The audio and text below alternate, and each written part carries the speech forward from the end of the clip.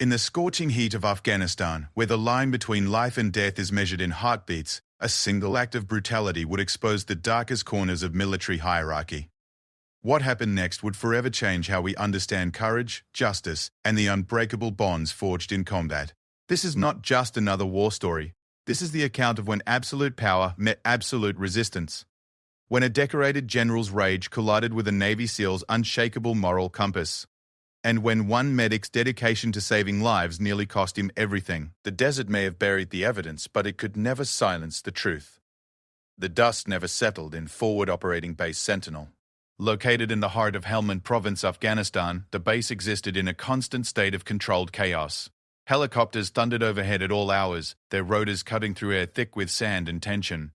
Supply trucks rumbled past concrete barriers topped with razor wire while soldiers moved with the practiced efficiency of men who knew that hesitation could mean death. Staff Sergeant Michael Torres had called this place home for 8 months. At 28, he possessed the steady hands of a surgeon and the calm demeanor that made wounded soldiers trust him with their lives. Torres wasn't just any medic.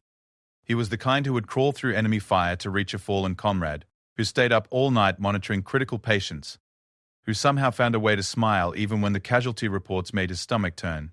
The medical tent where Torres spent most of his time sat at the center of the base, strategically positioned for quick access from all directions. Inside, the smell of antiseptic mixed with the metallic scent of blood that never quite disappeared, no matter how much they scrubbed. Rows of cots lined the walls, most empty but always ready. Torres had learned to read the rhythm of war through the ebb and flow of wounded soldiers through those canvas walls. On this particular morning in September, Torres was restocking supplies when the familiar whomp-whomp of an approaching medevac helicopter sent him into motion. Within seconds, the medical team assembled as a stretcher was rushed through the tent flaps. The wounded soldier was barely conscious, his uniform darkened with blood from a roadside bomb explosion that had torn through his convoy 20 miles south of the base. Private First Class Danny Rodriguez couldn't have been older than 19. His left leg was mangled, and shrapnel had peppered his torso with wounds that would require immediate surgery. Torres worked with the focused intensity that had earned him respect throughout the medical corps, starting IV lines, monitoring vital signs, and preparing Rodriguez for transport to the surgical unit at Kandahar Airfield. As Torres worked, Rodriguez grabbed his wrist with surprising strength. "Am I going to make it home, Doc?" The question carried the weight of every young soldier's fear, not just of dying, but of never seeing family again, of dreams left unfulfilled. Torres met his eyes without hesitation. To be fine, Rodriguez. I've seen worse, and those guys are playing baseball back in Texas right now. You'll be joining them before you know it. The transport helicopter arrived within the hour. Torres accompanied Rodriguez on the flight, continuing to monitor his condition during the 30-minute journey. At Kandahar, he stayed through the initial surgery, ensuring that every detail of Rodriguez's care was properly communicated to the surgical team. It was past midnight when Torres finally returned to FOB Sentinel, exhausted but satisfied that he had done everything possible for another wounded warrior. What Torres didn't know was that his actions that day had been observed by someone who viewed such dedication not as admirable, but as a direct challenge to the established order. General Marcus Hartwell had been watching the medical operations at FOB Sentinel with growing irritation for weeks. Hartwell was old-school military, a career officer who had climbed the ranks through a combination of strategic thinking and unwavering adherence to chain of command. At 53, he commanded respect through fear as much as accomplishment. His philosophy was simple. Soldiers followed orders without question, medics treated who they were told to treat, and everyone stayed within their assigned roles. The idea of a staff sergeant making independent decisions about patient care violated everything Hartwell believed about military discipline. The general had been deployed to Afghanistan to oversee efficiency improvements across multiple forward operating bases. His mission was to streamline operations, reduce costs, and ensure that military resources were being used according to strict protocols. In Hartwell's view, Torres's practice of accompanying patients to advanced medical facilities was a waste of personnel and resources. A medic's job was to provide initial treatment and move on to the next casualty, not to hold hands and play nursemaid. 3 days after the Rodriguez incident, Hartwell called Torres to his office. The command building was the most fortified structure on the base, with thick concrete walls and small windows that kept the interior dim even during the bright Afghan afternoons. Hartwell's office reflected his personality, spare, organized, and intimidating. Awards and commendations covered one wall, while maps of the region dominated another. Staff Sergeant Torres, Hartwell began without looking up from his paperwork. I've been reviewing the medical department's resource utilization and I have concerns. Torres stood at attention, unsure where the conversation was heading. Yes, sir. Your practice of accompanying patients to Kandahar is excessive and unnecessary. We have qualified medical personnel at KAF who can handle patient care without your supervision. Your responsibilities are here, at this base, treating the soldiers under my command. The words hit Torres like a physical blow. Sir, with respect, following up on critical patients ensures continuity of care and better outcomes. Private Rodriguez required specific monitoring during transport that Private Rodriguez required you to follow orders. Hartwell interrupted, his voice rising. Your job is to treat and release, not to second-guess the capabilities of other medical professionals. This is the military, Sergeant, not a civilian hospital where you can freelance. Torres felt his carefully maintained composure beginning to crack. General, these are wounded soldiers. They deserve the best possible care, and sometimes that means following the chain of command and trusting your superiors to make decisions about resource allocation. Hartwell finally looked up, his steel grey eyes boring into Torres. You will discontinue these unauthorized trips immediately. Furthermore, you will limit your treatment to basic field medicine and leave advanced procedures to the doctors. The silence that followed was heavy with tension. Torres understood that he was being ordered to provide substandard care to wounded soldiers, to ignore his training and instincts in favor of bureaucratic efficiency. Everything he had learned as a medic, every oath he had taken, rebelled against the command. Sir, I took an oath to do no harm and to provide the best possible care for my patients. What you're asking me to do conflicts with that oath and with my training. Hartwell's face reddened. What I'm asking you to do is follow orders. That's what soldiers do, Sergeant. They follow orders. Not when those orders compromise patient care, sir. The words hung in the air like smoke from an explosion. Both men knew that a line had been crossed. Torres had just openly defied a general's direct order, a violation that could result in court-martial, reduction in rank, and immediate removal from his position. But Torres also knew that he couldn't live with himself if he allowed wounded soldiers to receive inadequate care because of bureaucratic constraints. Hartwell stood slowly, his chair scraping against the concrete floor. You're walking on very thin ice, Staff Sergeant. I'm giving you 24 hours to reconsider your position. Report back here tomorrow at 0800 with a clear understanding of your duties and your place in the chain of command. As Torres left the general's office, he knew that his military career might be over, but he also knew that he had made the only choice his conscience would allow.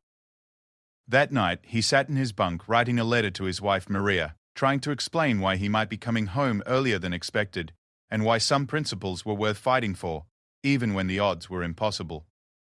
Unknown to either Torres or Hartwell, their confrontation had been overheard by someone whose presence at FOB Sentinel was classified at the highest levels. Master Chief Petty Officer Jake Sullivan, a Navy SEAL with 22 years of service and a reputation that preceded him into every conflict zone, had been quietly observing operations at the base as part of a broader assessment mission.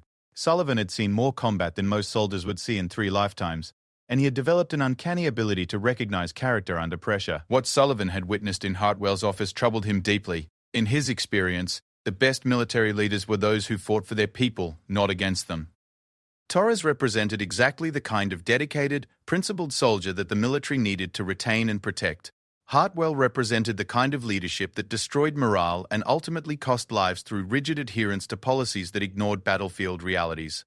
As the base settled into the uneasy quiet of another Afghan night, 3 men prepared for what would become a defining moment in their military careers. Torres wrestled with the knowledge that his commitment to his patients might destroy his career. Hartwell planned the disciplinary action that would demonstrate his authority and bring a rebellious medic into line. And Sullivan began formulating a response that would ultimately expose the fundamental differences between leadership and command, between service and self-interest. The stage was set for a confrontation that would test the limits of military hierarchy, the bonds of brotherhood forged in combat, and the courage required to stand up for what's right when everything is stacked against you. In the harsh landscape of Afghanistan, where survival often depended on trust and loyalty, the actions of these 3 men would reveal truths that reached far beyond the desert sands of Helmand Province. The morning of September 15th dawned, with an orange sun bleeding through the dust-filled horizon, casting long shadows across FOB Sentinel. Torres had barely slept, spending the night alternating between staring at the ceiling of his bunk and walking the perimeter of the medical tent. Every time he closed his eyes, he saw the faces of wounded soldiers he had treated. Men whose lives might have been saved by the extra care he provided during transport to advanced medical facilities. At 0745, Torres made his way to General Hartwell's office, his stomach tight with apprehension. He had made his decision during the sleepless hours before dawn. He would respectfully maintain his position on patient care, accept whatever consequences followed, and trust that his dedication to wounded soldiers spoke for itself. Military careers came and went, but the lives of the men and women he treated were irreplaceable. The command building seemed quieter than usual as Torres approached Hartwell's office. The general's aide, a nervous young corporal, gestured for him to enter without his usual small talk. Inside the office, Hartwell sat behind his desk reviewing a stack of personnel files, his face an unreadable mask of military bearing. "Staff Sergeant Torres," Hartwell began, not looking up from his paperwork.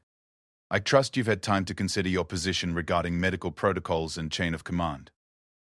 Torres stood at attention, his voice steady despite the churning in his stomach. "Yes, sir.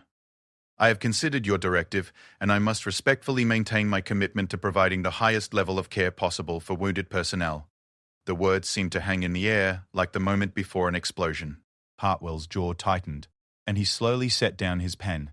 When he looked up, his eyes held the cold fury of a man whose authority had been directly challenged. "I see." Hartwell's voice was dangerously quiet. "So you're choosing to directly disobey a lawful order from a superior officer." "Sir, I'm choosing to honor my oath as a medic and my responsibility to wounded soldiers. I cannot in good conscience provide substandard care when better options are available."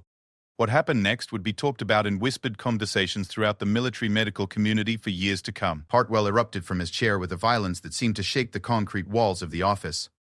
His face reddened with rage that had been building not just since their previous conversation, but through months of what he perceived as insubordination and lack of respect for military hierarchy. "You arrogant piece of trash," Hartwell shouted, his voice echoing off the walls. "You think you're some kind of hero, don't you?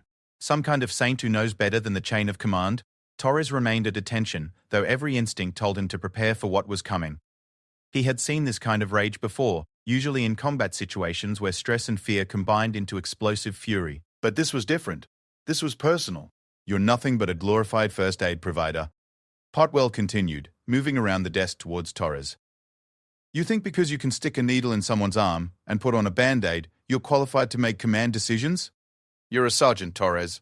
A sergeant. You don't make policy, you don't question orders, and you sure as hell don't get to decide how this base operates." The general was close enough now that Torres could see the veins standing out on his neck, could smell the coffee on his breath mixed with the acidic scent of rage. Still, Torres maintained his position, neither backing down nor responding to the verbal assault. "I've had enough of your insubordination," Hartwell snarled. "You want to play hero? Let's see how heroic you feel." What happened next crossed every line of military conduct, violated every principle of leadership, and would haunt everyone who witnessed it.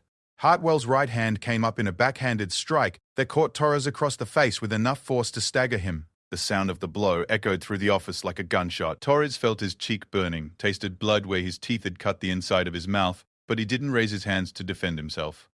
Military training had drilled into him the absolute prohibition against striking a superior officer, even in self-defense. He straightened back to attention, blood trickling from the corner of his mouth, and met Hartwell's eyes with steady resolve. "Feel like a hero now?" Hartwell demanded, his voice thick with contempt. "This is what happens when you forget your place, Sergeant. This is what happens when you think you can challenge your superiors." But Hartwell wasn't finished. The lack of response from Torres seemed to fuel his rage rather than satisfy it. He grabbed Torres by the front of his uniform shirt and slammed him against the concrete wall hard enough to rattle the framed awards and photographs. 22 years I've been serving this country," Hartwell hissed, his face inches from Torres's. 22 years of following orders, respecting the chain of command, and making the hard decisions that little medics like you don't have the backbone to make.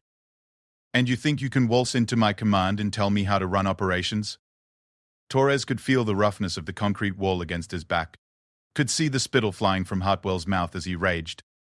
But he maintained his silence. Speaking now would only escalate the situation, and more importantly, it might compromise his ability to continue serving the soldiers who needed him. Hartwell released his grip and stepped back, but the reprieve was temporary. His left hand came up in another backhand that snapped Torres's head to the side, this time hard enough to split his lip and send blood spattering across the wall. "You're going to learn respect, Torres," Hartwell said, his voice dropping to a menacing whisper. You're going to learn what happens when soldiers forget their place in the military hierarchy. Outside the office, Hartwell's aide could hear the raised voices and the sound of physical confrontation, but protocol prevented him from intervening. A corporal didn't interfere with the general's disciplinary actions, no matter how extreme they might sound. The aide shifted uncomfortably in his chair, staring at paperwork he couldn't focus on while the sounds of violence continued from the inner office. But someone else had heard the commotion, someone whose presence at FOB Sentinel was known only to a select few in the upper echelons of Special Operations Command. Master Chief Jake Sullivan had been returning from an early morning reconnaissance patrol when he heard Hartwell shouting from inside the command building. Initially, he had dismissed it as another bureaucratic disagreement, the kind of heated conversation that was common in high-stress environments. Sullivan was a legend in the SEAL community, though he wore his reputation quietly. At 44, he had survived more combat deployments than most soldiers could count, had led rescue missions behind enemy lines, and had earned decorations that remained classified decades after the actions that warranted them. More importantly, he had developed an instinct for recognizing when situations were spiraling out of control. The sound of the first blow stopped Sullivan in his tracks.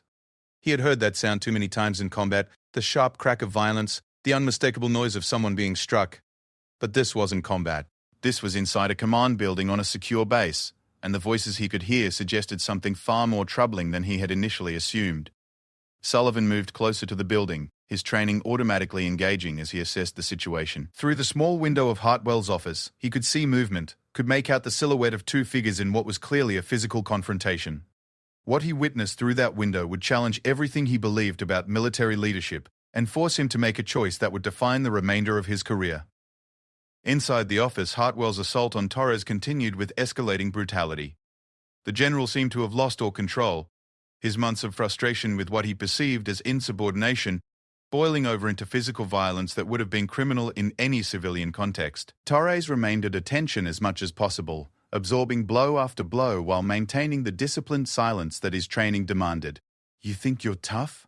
Hartwell demanded between strikes. "You think playing doctor makes you special? I've broken better men than you, Torres. I've destroyed careers and lives of soldiers who thought they could challenge my authority." The beating might have continued indefinitely, might have escalated to the point of permanent injury, or worse, but it was interrupted by a sound that froze both men in place. The office door opened with the quiet authority of someone who had every right to be there, and Master Chief Sullivan stepped into the room with the controlled calm of a man who had faced down enemies in dozens of countries. Sullivan took in the scene with the rapid assessment of a combat veteran, Torres standing at attention with blood on his face and uniform, his lips split and beginning to swell, Hartwell with his fists clenched and his uniform disheveled from the exertion of the assault. Blood spatters on the wall and floor that told the story of what had been happening. "General Hartwell," Sullivan said, his voice carrying the quiet authority that came from 2 decades of leading men in the most dangerous situations imaginable. "I believe we need to discuss the situation here." Hartwell turned toward Sullivan with the wild eyes of a man whose fury had been interrupted but not extinguished. "This is none of your concern, Master Chief. This is a disciplinary matter involving personnel under my command." Sullivan's gaze moved from Hartwell to Torres, taking in the extent of the medic's injuries and the fact that he remained at attention despite obvious pain and trauma. In that moment, Sullivan saw something that reminded him of every brave soldier he had served with over the years. The quiet courage of a man standing by his principles, even when it cost him everything. "I'm afraid it became my concern the moment it moved beyond verbal discipline," Sullivan replied, his voice still calm, but carrying an edge that suggested dangerous capabilities held in check. "Staff Sergeant Torres, you're dismissed. Report to the medical tent for treatment of your injuries." Hartwell's face reddened again. "You don't give orders on my base, Master Chief. Torres stays here until this matter is resolved." Sullivan turned his full attention to Hartwell, and in that moment the general felt something he hadn't experienced in years: uncertainty. Sullivan's reputation preceded him into every military installation he visited. Stories of his combat record, his leadership under fire, and his unwavering loyalty to the soldiers under his command were legendary throughout the special operations community. "General," Sullivan said, stepping closer to Hartwell with the measured movement of a predator, "I've seen a lot of leadership styles in 22 years of service. I've served under officers who led by inspiration, others who commanded through respect, and a few who relied on intimidation. But what I just witnessed isn't leadership at all. The confrontation between Sullivan and Hartwell would test the limits of military hierarchy, challenge the boundaries between different service branches, and ultimately force a reckoning with the fundamental principles that should govern military leadership. As Torres slipped from the room to seek medical attention for his injuries, he left behind two men whose collision would determine not just his fate, but the fate of every soldier who believed that doing the right thing was worth fighting for, regardless of the cost.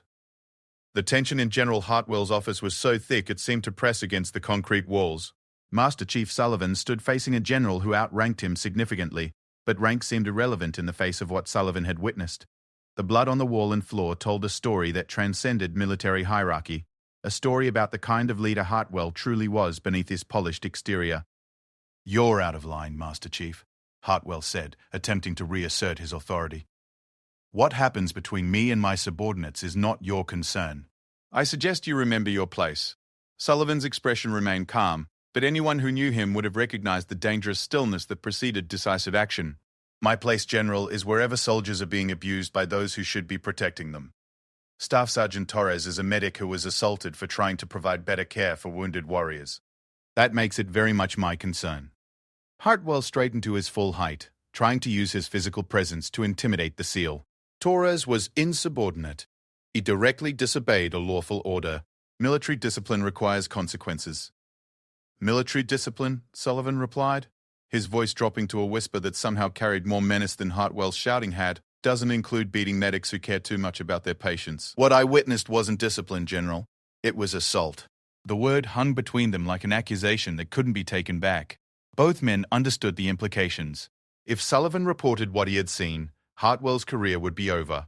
Court-martial proceedings would follow, along with criminal charges and the disgrace of a general who had violated every principle of military leadership. But Hartwell had spent too many years climbing the military hierarchy to surrender without a fight. "Your word against mine, Master Chief. And my word carries considerably more weight in official channels." Sullivan smiled, but there was no warmth in it. "Actually, General, it's not just my word." He reached into his pocket and pulled out a small digital recording device. "I've been documenting my assessment of operations at this base. The recording started when I heard you shouting and continued through your assault on Staff Sergeant Torres." The color drained from Hartwell's face as he stared at the device in Sullivan's hand. Modern military protocol required detailed documentation of any incidents that might compromise operational effectiveness or unit morale. Sullivan's recording would be admissible in any court-martial proceeding and would provide irrefutable evidence of Hartwell's actions. "You have no right to record conversations on my base," Hartwell said, though his voice lacked conviction. "I have every right to document threats to military readiness and troop welfare," Sullivan responded. "And what you did to Torres represents both. You assaulted a medic for refusing to compromise patient care. In any civilian hospital, Torres would be commended for his dedication. In your command, he gets beaten for it." Hartwell moved towards his desk, perhaps thinking of calling security or attempting to confiscate Sullivan's recording device, but Sullivan anticipated the movement and stepped into Hartwell's path with the fluid grace of someone accustomed to close-quarters confrontation. "I wouldn't, General," Sullivan said quietly. "You've already committed assault on a subordinate. Adding assault on a senior NCO from another service branch would only make things worse for you." For the first time in years, General Marcus Hartwell felt truly powerless. The man standing before him represented everything Hartwell had spent his career trying to control: independent thinking, moral authority that didn't derive from rank, and the kind of respect that was earned rather than demanded. Sullivan's reputation in the special operations community was unassailable, and his recording would end Hartwell's military career instantly. "What do you want?" Hartwell asked, though he already knew the answer. Sullivan walked to the window overlooking the base, where soldiers went about their duties unaware of the confrontation taking place in the command building. "I want you to understand something, General. These soldiers you command, they're not your property. They're not pieces on a chessboard for you to move around according to your personal whims. They're human beings who volunteered to serve their country, and they deserve leaders who fight for them, not against them." He turned back to Hartwell, his expression serious but no longer threatening. "Torres is exactly the kind of medic every unit needs. He cares more about wounded soldiers than he does about his own career advancement. He was willing to sacrifice his future to ensure that wounded men got the best possible medical care, and your response was to beat him like a criminal." Hartwell slumped into his chair, the fight suddenly gone out of him. You don't understand the pressures of command, the resource constraints, the efficiency requirements, the need to maintain discipline and order. I understand pressure, General, Sullivan replied. I've commanded men in situations where the wrong decision meant they didn't come home. But pressure doesn't justify brutality, and efficiency doesn't require sacrificing the welfare of wounded soldiers. Outside the office, word was beginning to spread through the base about the confrontation in the command building. Soldiers had seen Torres leave the general's office with blood on his face, and military bases were notorious for the speed with which information traveled through unofficial channels. By noon, most of the base personnel knew that something serious had happened between the general and the medic who had earned universal respect for his dedication to wounded soldiers. Sullivan spent the next hour documenting everything he had witnessed, preparing a detailed report that would be transmitted through secure channels to Special Operations Command and ultimately to the Pentagon. The report would trigger an immediate investigation and probable removal of Hartwell from command, but Sullivan knew that the real victory wasn't in destroying Hartwell's career, it was in protecting Torres and ensuring that dedicated soldiers like him could continue serving without fear of retaliation. Meanwhile, Torres was in the medical tent receiving treatment for his injuries while trying to process what had happened. His fellow medics worked quietly around him, their anger palpable but professional. They had all heard about the confrontation, and they understood the implications. If a general could assault a medic for providing better patient care, then none of them was safe from similar retaliation. Dr. Sarah Mitchell, the base's senior medical officer, examined Torres's injuries with the careful attention of someone documenting evidence. These need to be officially recorded, she told him. Photographs, detailed descriptions, the whole protocol. Torres nodded, though part of him wanted to minimize the incident and move on. Doc, I just want to keep doing my job. I don't want this to become a bigger thing than it needs to be. Torres, Doctor, Mitchell said, meeting his eyes with the intensity of someone who had seen too much military politics. What happened to you today wasn't about you personally. It was about whether medics in this military can provide the kind of care wounded soldiers deserve, or whether we're going to be bureaucratic functionaries who follow orders regardless of patient welfare. Late that afternoon, Sullivan appeared at the medical tent carrying a folder of official documents. Staff Sergeant Torres, he said, I need to speak with you privately. They walked outside the tent into the harsh Afghan sunlight, away from the curious ears of other medical personnel. Sullivan's expression was serious but somehow reassuring. I want you to know that what happened today has been officially reported through proper channels. Sullivan began. General Hartwell will be removed from command pending a full investigation. You'll be asked to provide testimony, but you have the full support of Special Operations Command. Torres felt a mixture of relief and apprehension. Master Chief, I appreciate what you did, but I'm worried about retaliation. There are a lot of officers who might see this as a precedent they don't want to encourage. Sullivan nodded. That's a legitimate concern, Torres. But I want you to understand something. What you did, refusing to compromise patient care despite personal cost, represents the best of what military medical personnel should be. The officers worth serving under will recognize that. The ones who don't aren't worth worrying about. Over the following days, the investigation moved with the swift efficiency that characterized military justice when clear evidence was available. Sullivan's recording, combined with the photographic documentation of Torres's injuries and statements from base personnel who had heard the confrontation, created an overwhelming case against Hartwell. The general was relieved of command within 48 hours and transported back to the United States to face court-martial proceedings. His replacement, Colonel Janet Rodriguez, arrived with instructions to review all medical protocols and ensure that patient care remained the top priority for base medical personnel. Colonel Rodriguez called Torres to her office on her second day at the base, but the atmosphere was completely different from his previous meetings with Hartwell. Rodriguez was a career officer who had earned her rank through competence and genuine leadership rather than bureaucratic maneuvering. Staff Sergeant Torres, she began, I've reviewed your service record and the circumstances that led to the change in command. I want you to know that your commitment to patient care is exactly what we need from our medical personnel. Torres felt a weight lifting from his shoulders. Thank you, ma'am. I just want to serve wounded soldiers to the best of my ability. That's what you'll continue to do, Rodriguez assured him. In fact, I'm implementing new protocols that will formalize the kind of comprehensive patient care you've been providing. Medics will be expected to follow patients through the entire treatment process when circumstances allow. 3 weeks later, Torres received word that Private Rodriguez, the soldier whose transport to Kandahar had triggered the entire confrontation, was recovering well at Walter Reed Medical Center. The young soldier had requested Torres's address so he could write a thank you letter. crediting the medic's comprehensive care with saving his life and preserving his leg. Master Chief Sullivan completed his assessment of FOB Sentinel and prepared to move on to his next assignment. But before leaving, he sought out Torres for a final conversation. "I wanted to tell you something before I go," Sullivan said as they stood outside the medical tent in the evening light. "In 22 years of service, I've seen a lot of soldiers face difficult choices between following orders and doing what's right.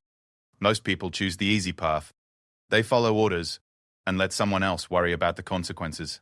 He paused, looking out at the base where soldiers continued their missions despite the upheaval of the previous weeks. "You chose the hard path, Torres. You were willing to sacrifice your career to ensure wounded soldiers got better care. That kind of moral courage is rare, and it's exactly what makes the difference between a good military and a great one." Torres shook Sullivan's hand, understanding that he had been given a gift that went beyond career protection. He had learned that standing up for principles, even at personal cost, attracted the kind of support that made the military a brotherhood rather than just an organization. 6 months later, Torres completed his deployment and returned to the United States, where he was assigned to the Army Medical Center at Fort Sam Houston. His experience at FOB Sentinel had taught him that military medicine at its best required not just technical competence, but moral courage and the willingness to fight for patients even when institutions resisted. The story of what happened at FOB Sentinel became part of military medical law, told in training programs and professional development courses as an example of how individual courage could transform institutional culture. General Hartwell was court-martialed, reduced in rank, and forced into retirement with loss of benefits. Master Chief Sullivan received a commendation for his intervention, though he characteristically declined any public recognition. Most importantly, Torres continued serving as a medic, eventually earning promotion to Sergeant First Class and becoming an instructor who taught new medics that their primary loyalty should always be to their patients, regardless of bureaucratic pressures or command preferences. The lesson that emerged from the confrontation at FOB Sentinel resonated throughout the military medical community. True leadership means protecting those who serve with honor, especially when they face retaliation for doing what's right. In the harsh environment of military conflict where life and death decisions are made daily, the courage to stand up for principles creates the foundation of trust that allows soldiers to function as a team. Years later, when Torres was asked about his experience with General Hartwell and Master Chief Sullivan, he would always emphasize the same point. The military is only as good as the values its leaders embody. When those values include protecting soldiers who put patient welfare above personal safety, then we're serving something larger than ourselves. The desert winds of Afghanistan eventually covered the physical traces of what happened at FOB Sentinel, but the impact of that confrontation continued to influence military medical practice long after the last soldier had left the base. Torres, Sullivan, and countless others had proven that individual courage, when supported by genuine leadership, could overcome institutional inertia and create lasting change in how the military cared for its wounded warriors.